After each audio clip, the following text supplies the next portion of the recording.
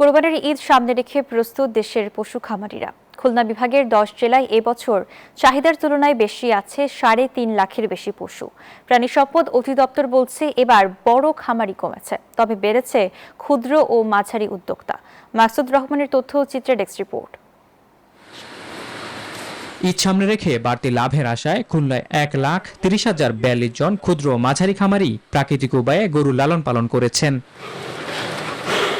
বিভাগের 10 জেলায় এবছর কোরবানির পশুর চাহিদা প্রায় 10,69,449টি। কোরবানিযোগ্য পশু রয়েছে 14,46,809টি। উদ্বৃত্ত থাকবে 3,67,360টি।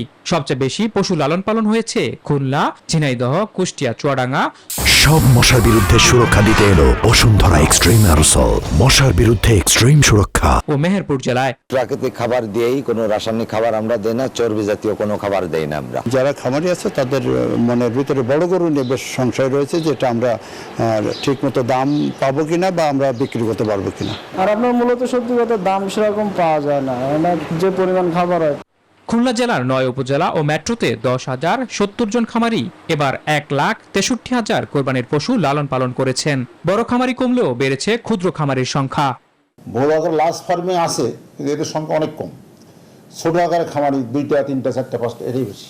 বাজারে দেখা যাচ্ছে আমাদের সাধারণত অভিজ্ঞতায় 100 কেজির থেকে 200 কেজি বা 150 কেজির থেকে 300 কেজি, এর ভিতরে বেশি চাহিদাটা বেশি থাকে।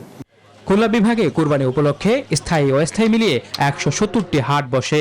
সুস্থ কোরবানির পশু বিক্রি নিশ্চিতে কাজ করছেন কর্মকর্তারা। কোরবানি গরু মোটা তাজাকরণের জন্য যে ইচ্ছামতো স্টেরয়েড বা অন্যান্য হরমোন ব্যবহার করে যে গরু মোটা তাজাকরণ করা হবে, এগুলাতে পা দিবেন না আপনারা।